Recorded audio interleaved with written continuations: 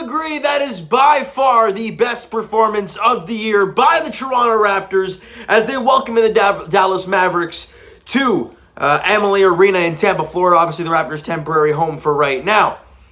They welcome in Luka Doncic. They shut him down. They frustrate him enough that he starts getting real angry and real chippy in this game. The Raptors win 116-93 over the Dallas Mavericks and have now won 3 straight games. And they won a game not facing the Charlotte Hornets, so that's nice to see. And they're now 5-8.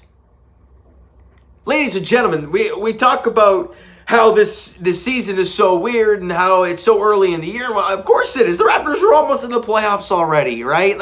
It's right there. You just got to take this game by game. And tonight, the Raptors played an unbelievable game. They didn't shoot the ball very well at all in the first half. Well, neither did the Dallas Mavericks, but you hung in there, and somehow it's 47-47 at halftime. But before we get to that, let's get to the numbers real quick. First quarter wasn't pretty, but I think the Raptors were what? They were like 1 of 9 from 3, and they were like 1 of 10 or some stupid number like that in the first quarter. Horrendous shooting the basketball, 22-18 Raptors after 1 quarter of play. In the second quarter, the Dallas Mavericks find their stride a little bit more. They win that second quarter by 4, 29-25. But as I mentioned, they're tied 47-47 at halftime.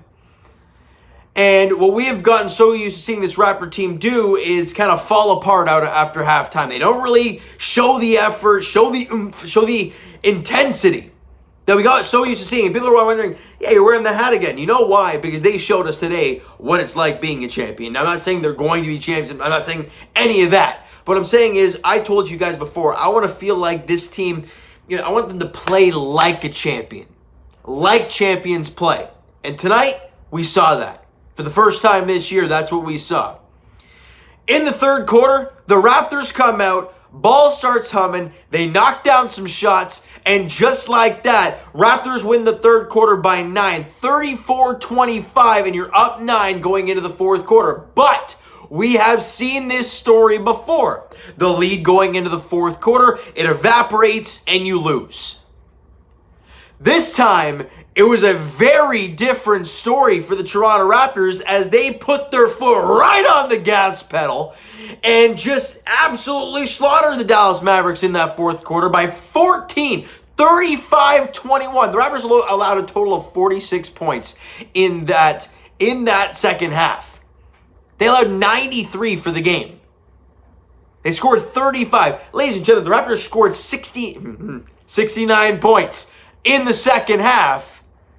And were flat out dominant. They found their shot. They kept the intensity on the defensive end. A big contributing factor to that is Stanley Johnson. We'll get to him in a second. Now, he had an unbelievable game. He's been a great story so far this year. And you come away with the victory, 116-93. You win by 23 points against Dallas Mavericks. Obviously, Dallas is not the team they were last year. They lost Dwight Powell. They lost some pretty good players. They still have Luka. They still have Kristaps Porzingis. They have Hardaway Jr., and the Raptors slaughtered them by 23.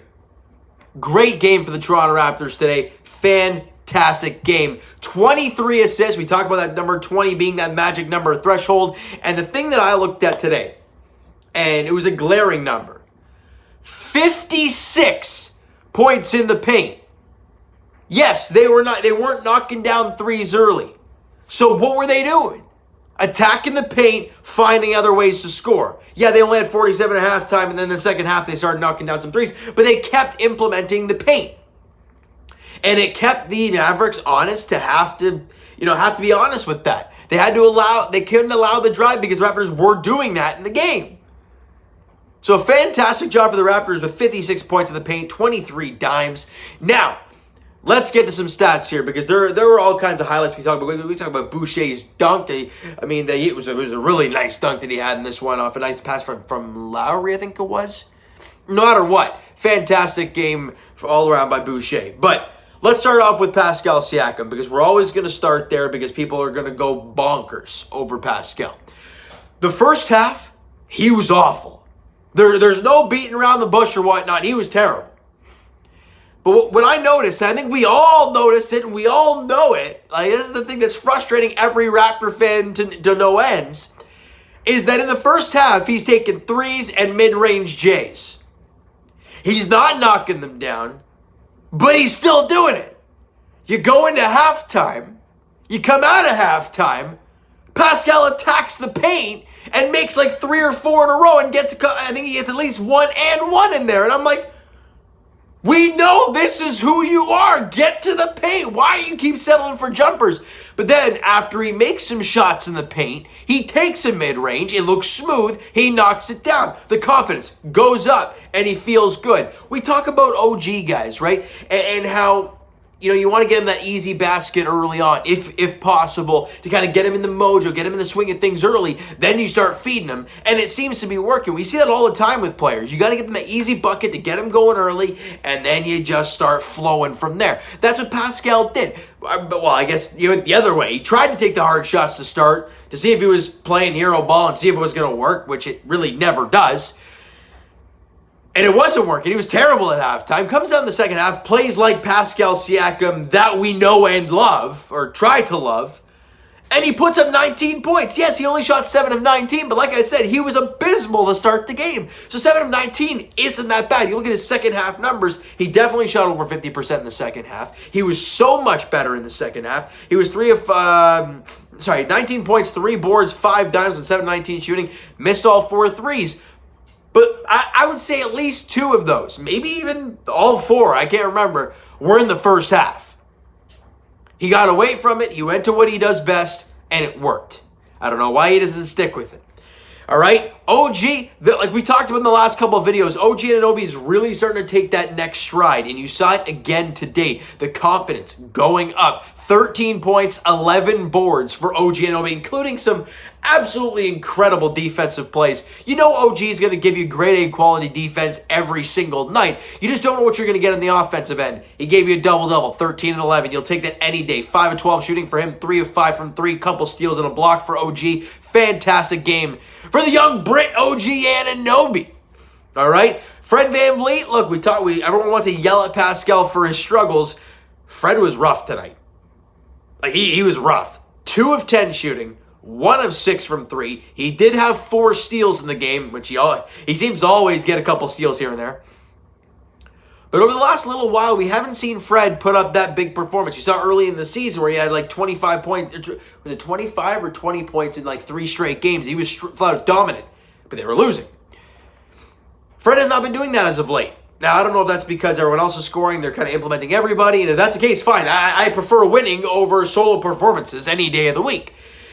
But Fred VanVleet, getting that big dough, that lots of money, you want to see the performance. But for Fred, again, you know you're going to get everything from him on the defensive end. You know he's going to move the ball extremely well. So he's going to give you the Kyle Lowry type of effort. So I'm fine with Fred not shooting the greatest here and there. All right? Speaking of Kyle Lowry, what a game for Kyle.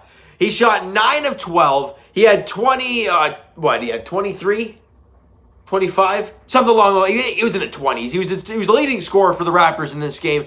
He was fantastic. And like I said, 9 of 12 shooting, 3 of 5 from 3. Absolutely fantastic was Kyle Lowry. Excuse me, guys. Wintertime's getting to me now. And being your court general, as he is every single night. Now let's get to the fun stuff, Raptor fans. I know you guys, we're talking about those guys. Yeah, they're the mainstays and whatnot. Now let's get to the fun stuff. Chris Boucher. I think, if I'm not mistaken, I heard that he was like in and around Player of the Week honors, and damn right he deserves it. He put up 21 points, 10 boards today, shot 8 of 12 from the field, was 2 of 5 from 3, had 3 blocks in the game. The guy's an absolute machine. He's averaging, well, maybe after the 21, maybe not, but he's averaging near 16 a game. Getting close to 7 boards a game, 16 and 7. And this guy was, look, if he continues at this pace, don't be surprised if he's in the most improved player category, because it wouldn't surprise me at all. He has done extremely well as Chris Boucher. We're looking to see him continue to progress and just get better each and every game. And it just seems to be happening every single night. Now, it does help when your players, put you in good situations. When Siakam drives and no one talks about his drive and a nice dish Boucher, but they talk about Boucher's dunk or whatever it is, right? So again, why was Pascal so good back in the year we won the championship? Because all the attention was on Kawhi Leonard, right? For Chris Boucher, where's all the attention? It's on Lowry, it's on Fred, and it's on Pascal. So Boucher can free roam, do his thing. Now, obviously, that's going to change once teams realize, okay, we really gotta contain this guy, and they're going to find ways, and Boucher's going to have to adjust. But for right now, he's playing with confidence and he's playing strong. Even though he's not a heavy guy, he's playing extremely strong and looked fantastic yet again tonight. Norm Powell, we talked about in the last game how he had a breakout performance, had 24 in the last game. He had 17 in this one today, 6 of 11 from the field for Powell. And look, when Norm is driving to the tin and making his layups and being explosive, that is when he is at his best. And you saw that today. What we've seen over the last 2 games is Player of the Week last year, Norman Powell. Now, the question is, are we going to continue to see this Norman Powell, or is it going to be a streaky Norman Powell? I don't know. No matter what, enjoy this. He's doing extremely well right now. So keep going, Norm. Keep working hard. Understand the grind. He knows how it is. Now let's get to the guy that everyone likes talking about right now, it seems. Stanley Johnson, the Stanimal, being an absolute unit out there.